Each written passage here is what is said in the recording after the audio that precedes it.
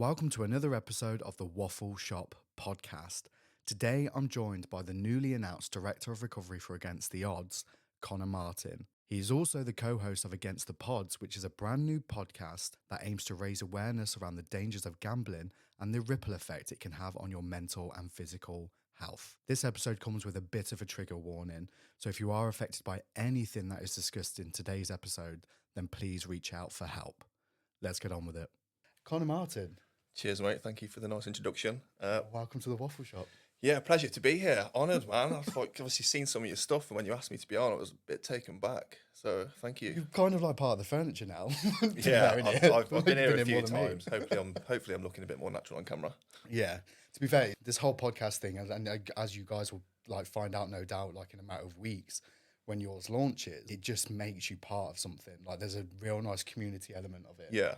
That it's completely, well, we're sat in a product of that. So it's honestly, I'm really excited for you. Yeah, cheers, mate. Thank you. Obviously, I've heard the first episode, and the rest of the series is anything like that. Yeah. Like, I'm very, very excited for you. Yeah, I'm looking forward to it, and obviously, thank you for all the work you're putting in behind the scenes and that, mate. Obviously, none of this would be possible without you, so thank you.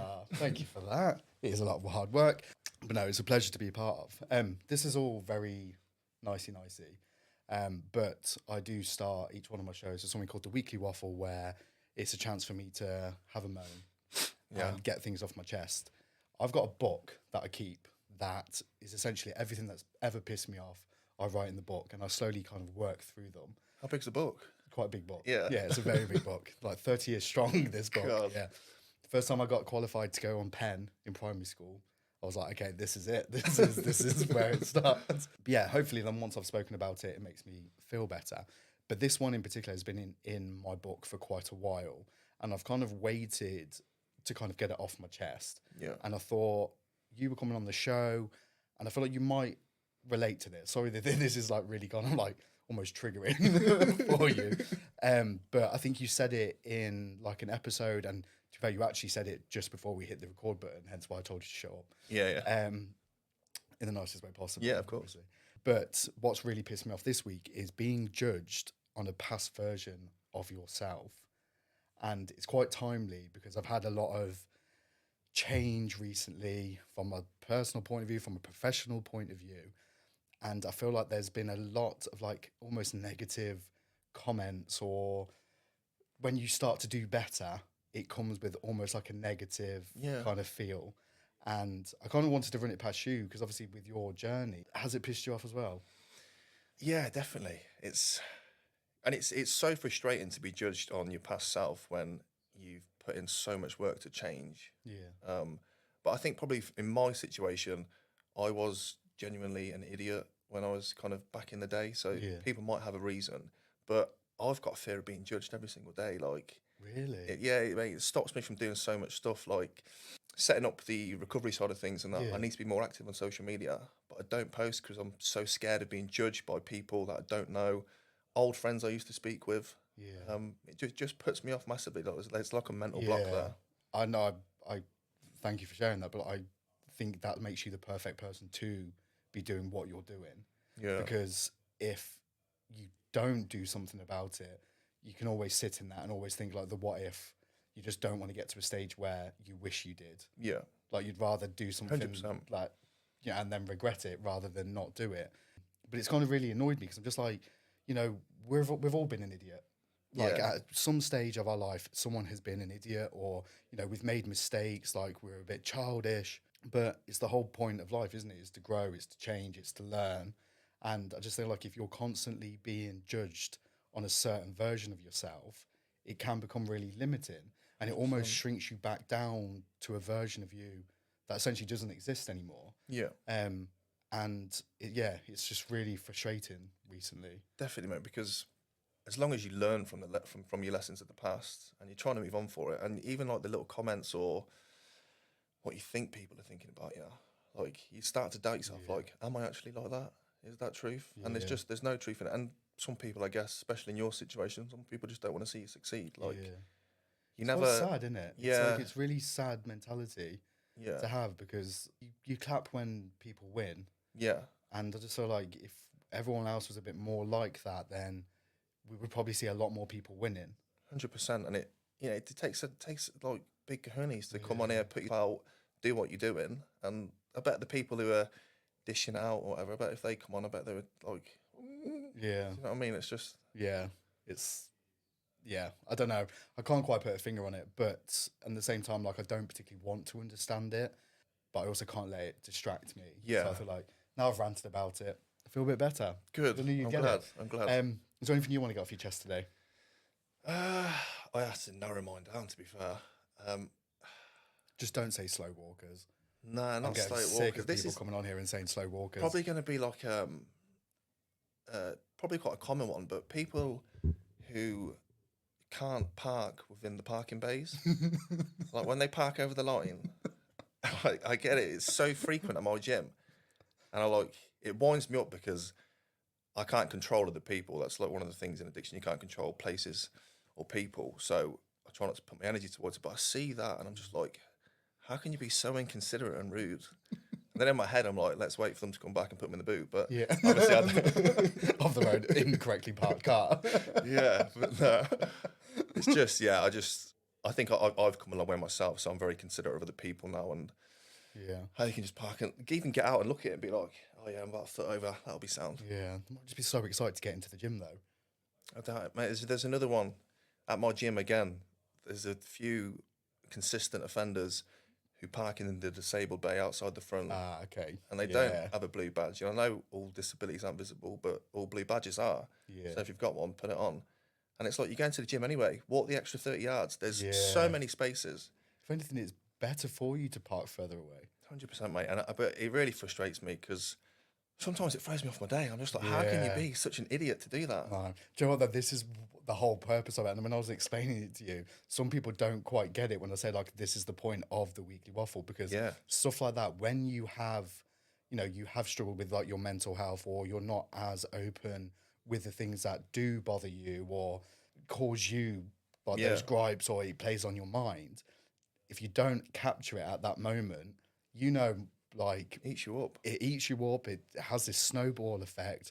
So it is good to moan about these types of things. 100%, mate. Try and moan about it, put it to bed.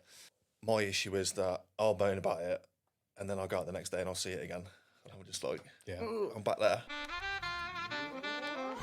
You're part of the brilliant Against the Odds. And if for anyone who isn't aware of the work that you and Aaron do, I'll link everything in because I've never known anything like it. I think the impact that you guys are making already, and you're still very early on in the journey, is phenomenal.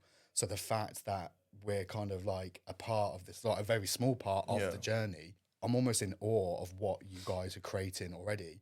I want to dive back though, because I'm very intrigued to see how you got to the point that you're at now. And I know through Against the Pods, obviously you've kind of dived into it almost at a surface level.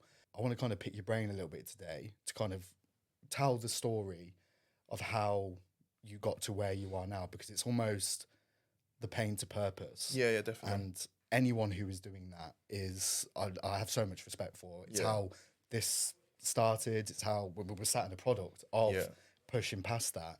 So I'm going to kind of hand it over to you if that's okay. Yeah, sure. Where do you want me to start from? Like, should we go from the beginning? Like, because obviously you talk about like the addiction part of things. Like, when did you know that you had a problem? And like, what was the problem? So the problem was cocaine, but I don't know if that was the problem or if that was the thing. That's probably the thing taking me away from the problem, which led to my addiction. I had not loads of childhood trauma, but obviously it's my story, it's my trauma. People might hear it and think, oh, is that it? But for me, my dad, like, I would never badmouth him because I want him to be happy. I want him to move past whatever he's done and just get on with it. But he was just he just wasn't very present or anything like that. There was no, my memories of him are just pretty much just him sat on the sofa reading the newspaper and me kind of almost like pleading for attention and stuff like that. So, and after like years of therapy, that's where a lot of my they figured out that's a lot of where my self-worth and my self-doubt comes from, because never feeling good enough. Like if you don't feel good enough for your dad, it can kind of mess with you. Well, like it's a pivotal figure, isn't it, Yeah. in your life? That is your first kind of like male role model. And if you are, I mean, it's not nice to be ignored in any capacity. No. But if you've got that one person that you are looking up to, Yeah. and you aren't getting that back, you are naturally going to pull yourself away, retreat, and almost get that kind of validation from other areas. So it's completely, I've related to that a lot from my personal point of view. So I think it's a lot more normal than I think a lot of people actually think. Yeah, and I think I remember, like, instead of ever dealing with issues, even from a young age, like when my mum told me that my dad was splitting up, the first thing that come to my head was, can I go rent a video game? And that was instead of, I guess that was probably most people do it, instead of dealing with it, just go get something that's going to make you feel happy again, which is understandable, but obviously led me down a different path. And then like 4 years later, I moved in with my dad. I was there for about 3 years, but he was never there again. So it led to a lot of parties. It's where everyone would come to around the house, lots of drinking. We treated it like a dump, to be fair. And that was really disrespectful of us, but we were young teenagers. We didn't really know any better. And it was a free house every weekend. So, which is growing up, like you went to whoever had the free house. Yeah. So you're almost like if you were facilitating the culture at the time. Yeah, 100%. So I mean, you almost become a product of your environment, which can sometimes sound like a negative, but you do. Yeah. So again, it's normal. Yeah. It sounds like a therapy session, but like I really, honestly, I wasn't expecting this. Yeah. Everything that you've said so far, I'm like, okay, I get it. And then I think we're living with dad for about 3 years. He just come home one day and was like, I've got a new girlfriend, I need you to move out. And I was like 15, 14 at the time. And to me, that was like, okay, I'm not your son then, I'm just a lodger or something. I'm just like someone you found on Rent a Room. So then I moved back in with my mum. Also, just quickly, like my mum's done so much for me since all this. When like mum and dad broke up, gets me emotional thinking about it. Yeah, single mum of 4, and she went to uni, got a degree and stuff, and started as a dinner lady. She's a head teacher now, so like she's smashing it. Man, yeah, my absolute rock, to be fair. Yeah. So then What a woman. Yeah, I know, mate. Top Yeah. woman. Top woman. And I wish her all the happiness in the world, and our relationship's never been better. So then I moved back in with my mum after my dad said that. Rugby was pretty much my thing. Everything that I escaped from, it was rugby. And I think about, I used to have a bit of weed and stuff, but nothing crazy, because I was so focused on rugby, and I thought, this is it. But I was only playing at like Warwickshire level and stuff like that. I was nothing amazing, but it was an outlet. Yeah, it was an outlet. It made me feel good. It was training Tuesday, Thursday, and every day in between I would be focusing on when am I next playing rugby. And I think it was, like 17 maybe. No, about 18, 19 was the first time that I tried cocaine. Like in between this, I'd left college. Sorry, I'll go back. About 16, obviously you leave school. Never knew what I wanted to do.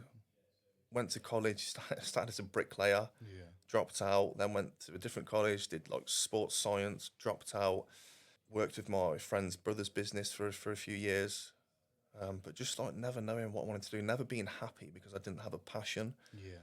All my friends seemed to be doing really well. They seemed to have just the same job, but I had gone from like job to job, like 6 months here, 6 months there. And I just didn't have no self-worth because I could see my friends had a direction. They knew where they were going. I didn't. And then I tried cocaine at our friend's wedding, and it was just like, hard to describe it. Like nothing else in that moment mattered. Just that buzz. Like a weird way to say it, it felt like liquid gold going through your veins. You just like, the hit was just like, oh my God. Like I was really drunk, and then I had that, and I was really sober. And I was like, hold on, taking this is going to allow me to drink more. So it just repeated that. My friends were able to stop, obviously, after weekends and stuff like that. But so it went on using for the weekends till about kind of 22, 23. I had a girlfriend, really, really good girl, but she had a head screen on. She didn't know anything about it. And then, rightly so, she came to her senses and we're like, this is not working. Like, she wants to go traveling and stuff like that. And I didn't have any money because I was constantly spending it on drugs or I was in debt. And that kind of took me back loads again, to the point like I was in bed for like 2 months straight, just using drugs. Wow. Went from job to job, just constantly going from job to job, mate, and just never realizing that drugs was the issue. Just thinking like this is okay to do. This is the norm. It just got like really out of hand. Then I got a job opportunity in Malta, so I went to Malta. Oh, wow. Yeah, Malta was wicked. Malta was really good, and I thought this is it now, fresh start. Obviously, not knowing much about addiction then, I thought just move away from the place and it'll all be fine. Yeah. It took me about 4 weeks out there to find a dealer, and lost that job. It all like I was doing really well for a few months, and then lost that job. Ended up having to come home, moving in with my nan. I didn't really do much at my nan's because I didn't ever want to bring it into my nan's house. Yeah. I know I was a bad person, but had some morals. But that didn't soon last, and I was just spending every day in bed. Why do you think you're a bad person? I think I'm a bad person when I'm on drugs. I don't think I'm a bad person now. Okay. Because I've done the work and I know what my limits are. I know what my boundaries are. I know what I can and can't do. But I think back then drugs just made everything about me. It was me. Nothing else. I didn't care who I hurt. I just didn't care as long as I got my next hit of drugs. You know, it was just, everything was just revolved around drugs. Built up so much debt with loads of dealers, put my family in danger essentially. Mum always bailing me out. I want to dive into something because you said it about when like your mum and dad told you about like the divorce. You said like your reaction was, "Can I go and get a video game?" Yeah. Obviously I'm not a therapist in the slightest, but is there a bit of a pattern there that when something gets a little bit tough, you go to almost like that instant dopamine hit? 100%, mate. That's exactly it. As an adult, obviously growing up, obviously it's video games and whatever, like sweets. Yeah. When you're an adult, it is going to be do whatever you want. Yeah, there's no one telling you that you can't do that. Yeah. Because you're an adult. No one can tell me what to do. Is that safe to say it was almost a bit of an ongoing pattern from childhood into adult? 100%. Anytime anything bad happened, lose a job, anything like that, it would be, what can I do to make me forget about what's going on and just put my head in a good space for however long it lasts, 2-3 hours or whatever it would be. Even now that I'm clean and if I have bad days, like I find myself either looking to buy new trainers and stuff like that, and I'm like, hold on, I don't need to do that. Yeah. This is just me doing something to make me feel good. And my therapist pulled me up on that, and I was like, no, I just like trainers, and he was like, no, you're doing the same things, but not with a substance. Yeah. I was like, yeah, he was right, to be fair. And mate, you just when you're doing it all, you just constant lies. Like I've had a good friend at the time who got me a job, and I'd been up all night, obviously using drugs, and I hadn't slept, so I phoned in and I pretended that one of my family members had passed away. Wow. And they hadn't, and that's just like, I just thought that was okay. Yeah. And that's just the madness of it all, to be able to pretend that and then think, okay, cool, I've got a few days off now. Yeah. And it's just, you don't understand the impacts of it all, and for people to hear that, they probably think that's absolutely disgusting, and it is disgusting. I hated who I was. I looked in the mirror and I hated who I was. My headspace was in such a bad place. I was like, towards the end of it, I was weighing in at like 12 stone. Yeah. And those for listening, I'm like 14 and a half now, which is like a good weight. And it just. I'm glad you're using past tense though. Yeah. You was. Yeah, well, I've got to, because if I still believe that, I'm not going to get anywhere. Yeah. You know, and the hardest part, you've got to forgive yourself for all the things, even if the people you've messed up haven't forgiven you, you have to forgive yourself, because otherwise you can't move past it. As long as you've tried to make amends or you've said your piece, and as long as doing that isn't going to harm them any further, you know, you've got to make peace with what you've done, because if you don't make peace with what you've done, you're just going to constant cycle of beating yourself up. And it's just drive yourself insane. Yeah, mate. One of the questions I wanted to ask you, you actually said it in episode 1 of Against the Pods, and it was about about the lies. I wanted to ask you about that because in the episode that you did, it was all about like the little white lies. You've kind of gone for the jugular there, like our family member has passed Yeah. away. From a day-to-day point of view, was that like weaving in? 100%. It would start off with lying where I was to people, telling people like I had no money, to get them to send me money so I could borrow off them. Yeah. Like, and obviously apologies to all them people. I've nearly, I've tried to make amends there, but I have to accept whatever happens. So lies about money, lies about people asking me if I'm okay, lying about that. Like, yeah, I haven't been using for a while.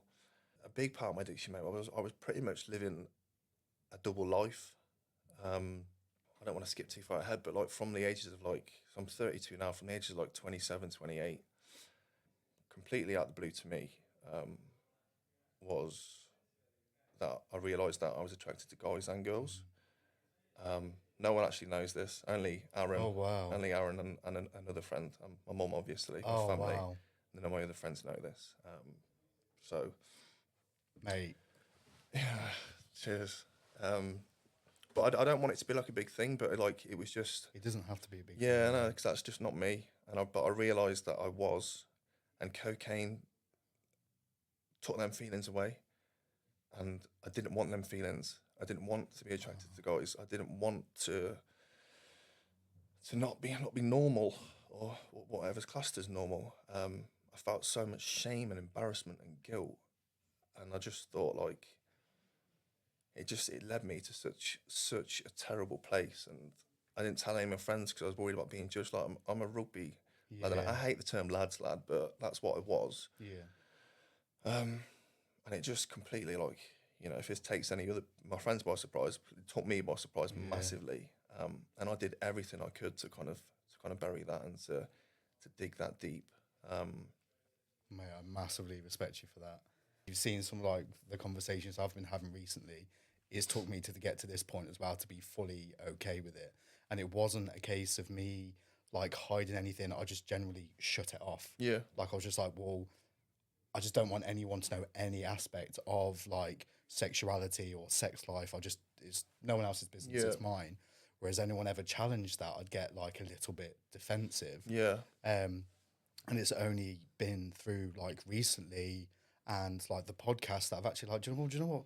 Fuck that. Because it's a huge part of who I am. Yeah. And, I used to be so petrified of talking about my mental health that it led me down a very dark path. Yeah. And then it's almost flipped on its head that I was almost then so scared to talk about every other aspect of my life. It was doing the same thing. Yeah. So I was just like, well, something needs to change. And that's a huge part of who you are. Like, you shouldn't be hiding it away at all. And when I first said it out loud, the first person I ever really told was like my younger sister. And she was like, I don't care. I was like, oh. And then when I started like to kind of like tell my friends, and everyone was like, no one cares. Which is great. But at the same time, like internally, that's not what's going on. It's a very difficult thing to navigate. And do you think it goes back to the point at the start about the fear of judgment? It's the fear of judgment. I grew up raised by a football hooligan. My dad's in, I don't know if the Legion still exists, but that kind of mentality. And even this weekend, about why I said my weekly waffle is about like being judged and stuff, the past version. I've never experienced homophobia. I've never experienced any kind of judgment in terms of character or anything like that. This past weekend, for some bizarre reason, my brother and my dad were out doing God knows what, and I got abuse this weekend about this kind of stuff, using language that my friendship group have never used, the people in my circle have never used, and it took me like by surprise. I was like, why am I being judged? Like, I'm generally progressing, like I'm growing, I'm learning, like I'm doing okay. Yeah, I feel like I'm doing okay. Like to be able to stand here and be like, I'm doing okay. I never thought I'd get to that point. And then to be judged by my family, it's but then that's really hard. That's on them. That That is on them. that. And it's really hard because you hope that they're the closest, but I've come to understand that for me, family is just a word. It's how people act and what they do. I've got friends who are more like family than some of my actual family. Family to me is just a word. I've got some great family members, but there's also some really bad ones. Yeah. And it's to me, it's just a word, and I've been able to put in their boundaries and separate myself from that. And a lot of people who I'm not aligned with anymore, or I can't do the things that they do, their drama. Yeah. I just Can't do it. just It's not be around it. healthy. Yeah. I wasn't expecting this to go this way, No, and it's I all wasn't good. actually ever gonna tell anyone what happened at the weekend. I'm Because glad I you was just did. like, it's too. So yeah, I'm glad you did, I mate. feel a bit lighter. That should have been my weekly waffle, rather than beating around the bush. No, I massively respect you for that, mate, and really appreciate you like talking to me about it. You said boundaries and like friendship groups there, like having to step away. Was it difficult to step away from that when things started to change? What when I got clean? Yeah. I think I got to the point where I was using at the end. I was so isolated. I wasn't even talking to Aaron. Like I hadn't spoken to Aaron for quite a while. But I was so isolated. I was just using by myself in my bedroom, going out probably once a month. Obviously, I had really good friends, but once I got out of rehab, learned about my addiction, learned about the things I couldn't do, and I'd seen the damage it had caused people of what I was doing. I just had to separate it. For me, like I was very very lucky to go to the rehab that I went to, and I never thought I was gonna. I never thought I'd be able to go. I knew in my head like I need a rehab, but I didn't think there's no chance I'm gonna get one. No chance I'm gonna get one. And with the whole leading a double life of hating, kind of that I like lads as well as girls, not wanting anyone to know the addiction and stuff like that. I thought in my head that the best gift that I can give people is going to be to take my own life. Which looking back is horrible, and I regret that because my mum found me. We had to go straight to hospital. But that's where it puts you. And once I've seen that damage and got sober, and I realised it is what it is in regards to who I like. If people are going to waffle about me, let them. I've got no time for it. Well, if they're waffling, mate, I'm coming from because it's my family show. So I seen the damage and I thought I just can't go back to that. Yeah. I can't go back to that. Like I had a partner who was a lad. He's a lad, that was. He'd broke up with me because addiction just got so bad and stuff, but we were still really good friends. And my mum had to text him to say, just so you know, Connor's tried to take his own life. And we've been like really good since come out of rehab. Got back together, but then we've had periods where we haven't because they are in a really good place and they can go out and but they don't drink much, but they go out, they go on holiday, stuff like that. And because it was all new to me, I was getting very jealous. Had FOMO. I thought I can't do these things. I don't think everything's aligning. So we took some time apart, but things are working really well at the minute. He's seen me at my worst, and I hope that he gets to see me at my best. He's coming. Yeah, It is coming. I hope so. But to answer your question, it was really difficult to put boundaries in place. But once I'd seen the damage that I'd done, and to be fair, it wasn't that hard because not many people who I used to drink with and stuff didn't reach out to me. I think once you go sober, once you start using drugs, I think you soon find out who your friends are. But that's not a dig at any of them because I know they've all got partners, kids, and stuff like that. Life just gets busy. So I don't hold anything against them. I think that's an important point to make because I think we've spoke about it on the show before, and I've even spoken about it like in my friendship group. Like, it's not a dig at anyone. No. Like, in terms of everyone's on their own journey.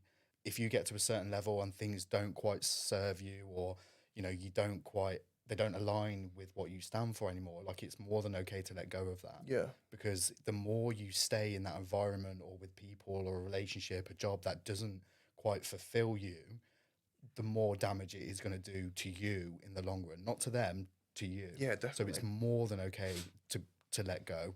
Definitely. And a good example of that is some of my friends would say, "Oh, just come to the pub, like just have a water or lemon and lime, whatever." So I would do that and I'd be leaving. They'd be like, "Well done, you've done well." But they don't see, or they didn't see at the start what I was like after that, like driving home, like crying because I couldn't be involved, because I couldn't stay, because I knew what was going to happen for them that night. Like they were having a laugh. Does that still exist now? Not so much, no, because I've done a lot of work, but I know I know what certain events I can go to and what certain events I can't go to. Like if someone will say, come to like my friend, I was part of the groom's party. I don't know if is it called the groom's party. I was part of that at his wedding, and I said to him, look, I can only stay as long as I can stay, and he was like, you shut up, like you leave when you need to leave. They're the people you need around you. Like you can't be questioning you. Like he was the first person I told actually about my sexuality. And I said, look, I need to talk to you. And he like got up, he was like, what? And I was like, and I told him, and he was like, I thought you were going to tell me you got to bury your body or something. He was like, I don't care. I was like, sound. Weightlifting. Yeah. It's weird, isn't it, though, how like much fear there is in kind of like mate, saying it out loud. Yeah. Like, it's also quite a powerful thing to say it out loud, but yeah, it's horrible. Yeah. Like, I don't want to make it about my personality or anything like that. It's just, I've done a lot of work in therapy because I genuinely hated the feelings and I hated who I was. But it is what it is. I've tried to change it. I've tried to take my own life because I didn't like it. So I've had to accept it. And, you know, it is what it is. And if anyone wishes me bad, say what, you can't control it. That's their energy, not mine. So. And it's, do you know what? It's actually really powerful thing, acceptance. Like in every aspect of life, and just being able to accept it, let things go and move forward. I think that is more admirable. You've mentioned there about the suicidal side of things. Yeah. One of my questions that I was going to ask you was there a rock bottom or a turning point for the journey to sobriety? Was that the kickstart, or was there more? There was many rock bottoms in regards to like stealing, watching my mum take out money to pay off my drugs, but even when she was doing that, I would make up that the debt was bigger than what it was, so I could go to the dealer, pay the dealer, and then take more. Yeah. When so I'd finish in bed about 4 a.m, used all my drugs, and it's just like crying every night for like 3 months. And there was like 3 months up until what happened that I would go to bed every night, like genuinely wishing, like, please don't wake up tomorrow. Like, let tonight be the night. Which is really sad. And for anyone who's listening, if this resonates to them, like, just reach out, even if it's to me, if it's to friends, family, like, just reach out, because your friends would rather you cry on their shoulder than them cry at your funeral, you know? I heard that the other day and I was like, I've got to use that. Was that on one of my video clips? Was it? Was it? Come on here and steal my show. Is that of yours? Oh, brilliant. Because it was one of the things my friend said to me. Because it was just like, because I have a tendency to go like off ranting and stuff. And when things got bad, like my sense of humour went, like the only two people that I could talk to was my best friend and my sister. Like I was just shut myself off. I was just like, but I can't keep ranting at you, like, because the anger, like, I can deal with almost every other emotion, but when it comes to anger, I really struggle. I was like, I can't keep ranting to you, like, it's not fair. You know, she was just giving birth. Not obviously, I wasn't ranting while she was giving birth. It wasn't that bad. Like, God, calm down. Yeah, I respect boundaries. But it was around the time like she was like obviously heavily pregnant. I was like, I can't keep ranting at you, and that's when she said to me, she was like, well, what's the alternative? You either rant to me now, or, you know, and like through text messages, or I'm reading stuff out at your funeral. So you text me, and it was it was the biggest kick up the arse to be like, I'm okay to talk about this now. Okay, like it was almost like the green light, like okay, regardless of what it is, and they're the family that you choose. Yeah, and I think for me, of like so many years of having no self-worth and not feeling good enough, for me, having them, like, I wouldn't be where I am today without them people in recovery, having them friends near me, having my partner, and having my mum, you know, my aunties, stuff like that. On my dad's side, funnily enough. Yeah. Without having them people that you can go to and talk to, and obviously I'm part of fellowships and stuff like that with other addicts. It's massive, and the thought of trying to do what I did, and it's just like, how do you get to that point? Yeah. And that took a lot, and I could see how much it affected my mum. And it was about 2 days after that we got me booked into a rehab, And I went into rehab on November the 2nd, 2021. Wow. Yeah, I've been clean since, man. So, yeah, Yeah, fair play. yeah, Fair play. yeah, And to be fair, it's just, this is what I mean as well. Like this is why the work you're doing is so like powerful, because you've been there, yeah, and there's something so heartwarming in going through something, and the driving force being you just don't want other people to feel the same way that you did. And I think I get that from you. I got it from like day one that you walked into the studio, and knowing what I know now, I'm like, okay, I really, yeah. really get it now. What is next for yourself? I am currently training to be a recovery coach professional with CCAR. They are an industry in Connecticut, actually, not an industry, a business in Connecticut, out in the USA. But they're really, really good. I've got 3 certificates: ethics, professionalism, and spirituality already. Nice. Yeah, I know. The spirituality one was my hardest one because I don't see myself as a spiritual person. But I think if everyone thinks of spirituality, think of burning incense Yeah. and meditating and stuff like that. But it's not like that. It's just about doing activities that make you feel happy and that are putting your well being first. So for me, like spirituality is like gym, walks, Yeah. meeting up with friends, stuff like that. It doesn't have to be about because I think spirituality and religion there's a lot of crossover almost, and I think that's where a lot of people don't buy in. But I took these courses just to broaden my skills, and I'm hoping to be fully qualified by the end of June. And then we want to go live with Against the Odds Recovery. And Big year. yeah, want to grow, really want to grow that out, which comes back to me needing to post more so people can see what I'm doing and stuff. I think the end goal is probably to kind of, in like 5, 10 years. I don't really want to put a time scale on it because it could happen quick. But I'd love to have like almost like a, not so much a rehab, but like almost like a retreat place for people to come to, and like even if they need to detox or well-being.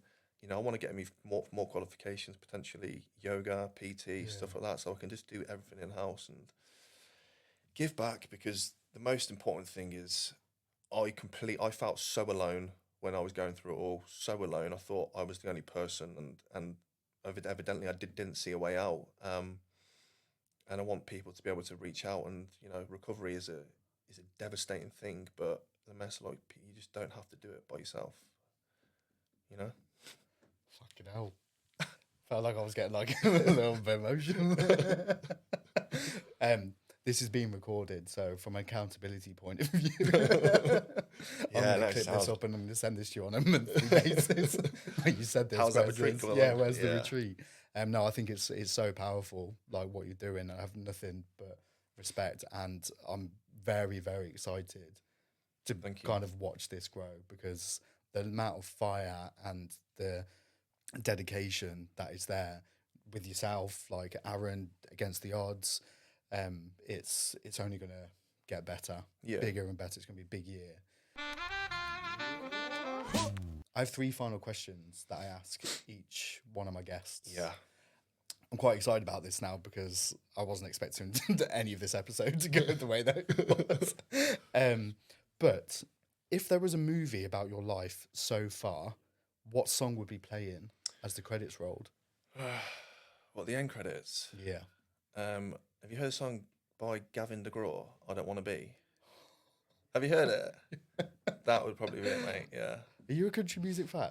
No, not really. Oh, I've got fuck's like sake, I was hoping no, someone I've got like I just like what I like. Yeah. The music I listen to is very much dependent on what mood I'm in or Yeah. what I'm feeling at the time. That might sound weird, but like, yeah, No, it's not just at all. yeah. Like for me, I like what I like. Yeah. If I get a good vibe off the music, or if it puts me in a good headspace, then I like it. Yeah. Like, yeah. So No, I respect that. I I, respect I, that as well. I didn't think you'd know the song, so I'm chuffed for Yeah, that. mate, I think people just assume I ask these questions. I listen to music 90% of the day. That's why I get like really into this kind of stuff, because when you said there about, like, you don't know why, it speaks to you. Yeah. I have a weird thing with like lyrics and melodies and Yeah. again, country music, for some reason, it seems to be able to say what I can't say. And that's why I resonate with these real kind of like powerful artists, like Yeah. people like Amy Winehouse and like Adele, because they just seem to get it for me. Yeah, that's wicked. And yeah, Back to Black actually soundtracked my mum and dad's divorce. Did it? So this is what I mean. Yeah, I have a weird thing with music. Like it soundtracks like moments and memories for me. And it's like I have artists, like if I want like a bit of a, almost like a kind of, I guess, a hit of dopamine, Pitbull. Yeah. Like, Pitbull. No way, mate. don't do Pitbull. that. Don't. Pitbull. Whoa. Yeah, I Whoa, should have whoa. judged. Sorry. Yeah, I know what don't we spoke judge. about. I love No Pitbull. judgment I love zone Pitbull. here. Instant good mood. And to be fair, it leads me quite nicely into the my next question is, what song gets you on the dance floor? Probably some cheesy crowd like Love Shack, Yeah. Dancing Queen, something like that. Bangers. I like Dancing Queen, but there's a Boiler Room remix, which is and that's it's a bit heavy. That would have probably been old me chasing my jaw around the dance floor. But no, something like Love Shack or something. Bangers, absolutely bangers. Is there a song that you'd like to put in a box, wrap in chains, kick to the bottom of the ocean, never hear again? Yeah, it's actually because it's so overplayed by Aaron. He's a big fan of Cher Lloyd, Swagger Jagger. So yeah, You haven't just. Is he actually authentic? You know what I mean? I got to tell the truth. Have you done that to say? Oh. You have, haven't you? Yeah, I have. Do you know what? I'm editing that last bit out. That's staying in. Yeah, I told him I was going to do it. So and he was like, "No, don't do that." But no, yeah. You can't stop. Yeah. Swagger Jagger, Swagger Jagger.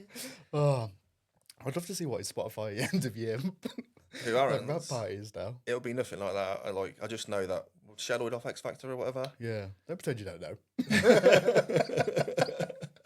I know that he was a big fan of her. So. Yeah, respect it. Mate, this has been quite special, to be fair. I wasn't expecting it to be as good as what it was. Like, thank you for being so open and honest and like sharing your vulnerabilities. I think it's going to help a lot of people. Not obviously just this episode, but the work you're doing at the moment is insane. Like, in a good way. Not mental. And I can't thank you enough.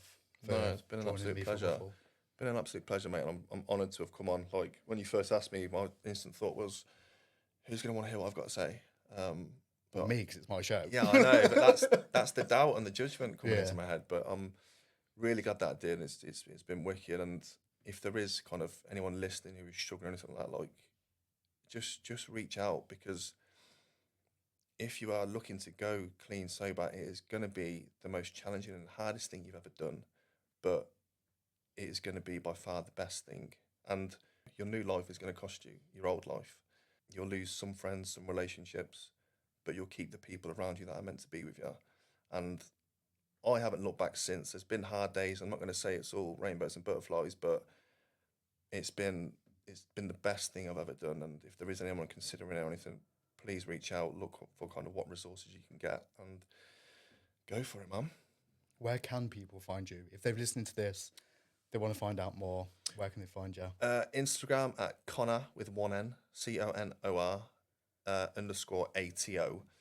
Yeah, just give me a follow, drop me a message. I haven't posted much. I've only recently come back on Instagram because I just felt like I was on there just watching people do everything I can't do. So I had to went away, did some work on myself and focus on what I can do in my life now. And I thought, last month was a good time to come back with everything going on. So hold me to account to start posting more. Yeah. Accountability is key. No, mate, thank you for joining me. No worries, mate. It's a pleasure.